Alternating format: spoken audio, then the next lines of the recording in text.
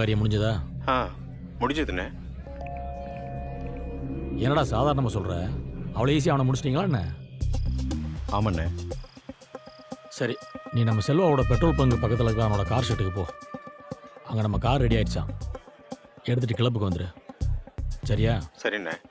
அப்புறம் கார் டிக்கியில் ஒரு பேக் இருக்கும், அது பத்திரம். ஓகேயா?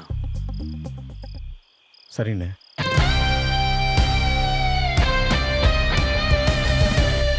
இந்த பையன் தமிழரசன் அவ்வளோ நல்லவன் கிடையாதுண்ணே. செல்வா சொன்னது எனக்கு கரெக்ட். அதனால தான் நான் கதையை முடிச்சிட்டேன்.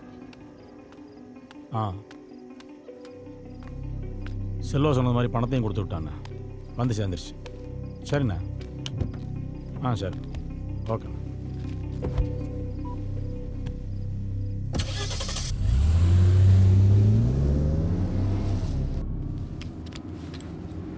பேக் எடுத்துட்டு வந்தியா?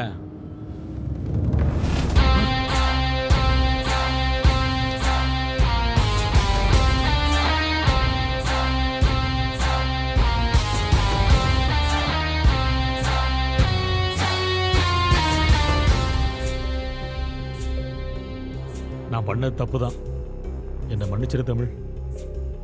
அந்த பேக்கில் நிறைய பணம் இருக்கு, எல்லாத்தையும் நீயே எடுத்துக்கோ. என்ன ஒன்றும் பண்ணிடாத தமிழ். யோசிச்சு சொல்கிறேன், அமைதியார்.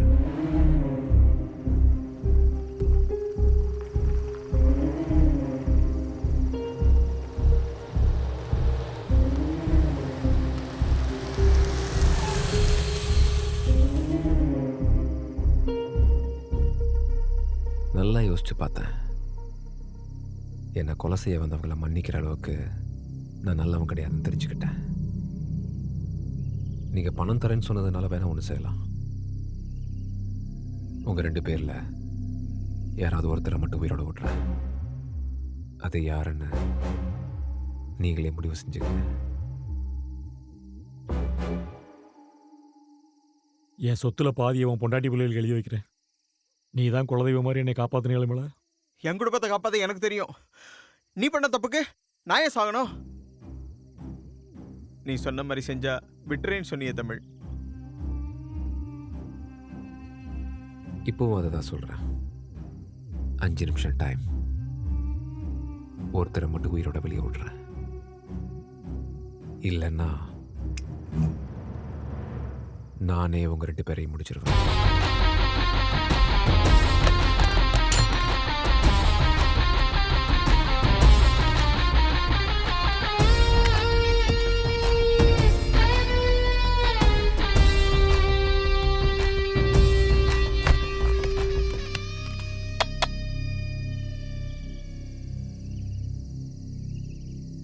இந்த லாக்கை எப்படி ரிலீஸ் பண்ணணும்? அந்த டாப்ல இவரை பின்னாடி இழுத்துட்டு ரைட் சைடில் இவரை ஃப்ரண்டில் கொண்டு வரும். தேங்க்ஸ். கிளாஸை முடிக்கும்.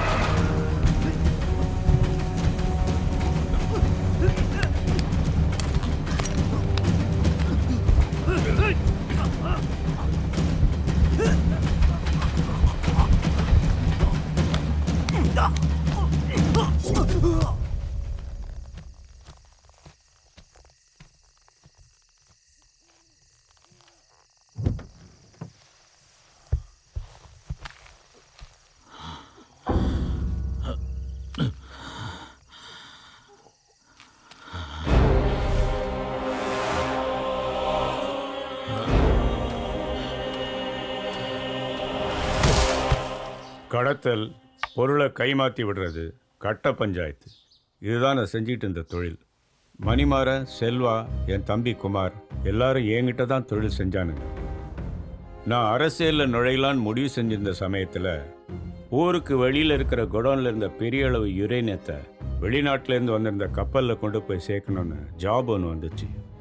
மணியும் செல்வாவும் இருக்கிற தைரியத்தில் முதல் முறையாக என் தம்பி குமாரை அந்த ஜாபை எடுக்க சொன்னேன். துரதிர்ஷ்டவசமாக அன்னைக்கு போலீஸ்கிட்ட சரக்கு மாட்டிக்கிச்சு. அதனால் சரக்குக்கு ஓனரான பாம்பேக்காரன் என் தம்பியை ஜெயிலில் வச்சே முடிச்சிட்டான். ஆனால் தொழிலில் நான் என் தம்பியை வளர்த்து விடுறது பிடிக்காம செல்வாவும் மணியும் தான் போலீஸ்கிட்ட இன்ஃபர்மேஷன் கொடுத்து எல்லா சரக்கையும் மாட்ட வச்சாங்கங்கிற உண்மை ரொம்ப சமீபத்தில் தான் எனக்கு தெரிய வந்துச்சு. அது மட்டும் இல்லாமல் பாம்பேக்கார பேரை சொல்லி உள்ளே வச்சு என் தம்பியை முடித்தது இவனுங்க தான். அதான் அவனுங்க வழியிலே போய் அவனுங்களை முடிக்க முடிவெடுத்து மணியோட சரக்கை போலீஸில் மாட்ட வச்சேன். அப்புறம் அதை குறைஞ்ச விலைக்கு செல்வத்துக்கிட்ட விற்க வச்சு அவனுக்குள்ள பிரச்சனை உண்டு பண்ணேன். என்னுடைய இந்த விளையாட்டில் சம்பந்தமே இல்லாமல் உள்ளே வந்தவன் தான் நீ. ரொம்ப நன்றி சார். எங்கே எழுச்சிட்ட? உங்ககிட்ட நன்றி சொல்லிட்டு போகலான்னு தான் வந்தேன். செல்வா இன்னும் உயிரோடு தான் இருக்கான். தமிழ், ஒரு விஷயத்தை தெளிவாக புரிஞ்சிக்க. நான் ஆரம்பித்த இந்த விளையாட்டை தெரிஞ்சோ தெரியாமலோ நீ இப்போ விளையாட ஆரம்பிச்சிட்ட. அதனால் மணிமாறனும் இறந்துட்டான். இப்போ உனக்கு விருப்பம் இருந்தாலும் இல்லாட்டினாலும் நீ தொடர்ந்து விளையாடியே ஆகணும், இல்லைன்னா உன் உயிர் போயிடும். மிரட்டுறீங்களா? உண்மையை சொல்கிறேன். முன்ன பின்ன தெரியாத உன்னை நான் ஏன் காப்பாற்றணும்னு அன்னைக்கு நினச்சிருந்தேன்னா இன்னைக்கு நீ உயிரோடவே இருந்திருக்க முடியாது. என்னை பற்றின ரகசியங்களெல்லாம் நான் உங்ககிட்ட சொல்லும்போதே உனக்கு புரிய வேண்டாம். நான் உன்னை என் நண்பனாக பார்க்குறேன். அதனால தான் அன்னைக்கும் எச்சரித்தேன், இன்னைக்கும் எச்சரிக்கிறேன். உட்கார்.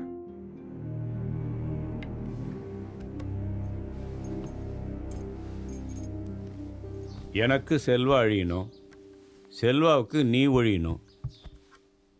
எதிரிக்கு எதிரி நண்பங்கிற ஃபார்முலா படி நீ செல்வாவை ஒழிக்க நான் உனக்கு உதவி பண்ணுறேன். நீங்கள் உயிரை காப்பாற்றிருக்கீங்க, அதுக்கு நான் கடமைப்பட்டிருக்கேன். அதுக்காக கொலையெல்லாம் செய்ய முடியாது. நான் செல்வத்தை மன்னிச்சு விட்டாலும் அவன் உன்னை அழிக்காமல் விட மாட்டான். இப்போ மாதிரி அப்போ நீ உன்னை காப்பாற்றிக்க, அது போதும் எனக்கு. அப்படி செஞ்சா நீங்கள் எனக்கு என்ன செய்வீங்க?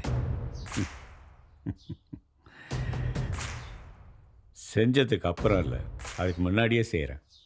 உன் ஏரியாவில் இருக்க ஏர் கண்டிஷன் பாரை உன் பேரில் லீஸ்க்கு எடுத்து தந்து உன்னை முதலாளி ஆக்குறேன்.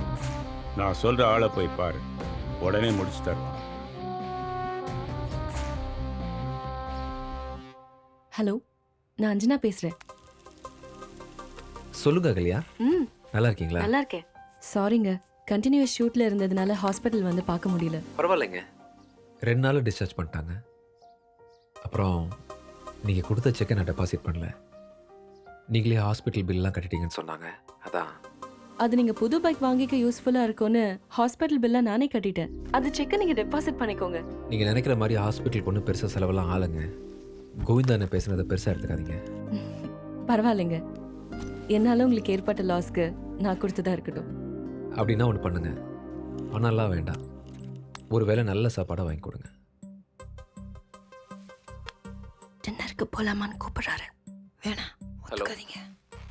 அகல்யா, ஹலோ. நீங்கள் அமைதியாக இருக்கிறத பார்த்தா பயப்படுறீங்கன்னு நினைக்கிறேன். பரவாயில்ல, வேணாம், விட்டுருங்க. இல்ல, அது இல்ல, ஷூட்டிங்ல இருக்கேன் அதனால. சரி, போலாம். எப்போ எங்கன்றதை நீங்களே முடிவு பண்ணிட்டு சொல்லுங்கள்.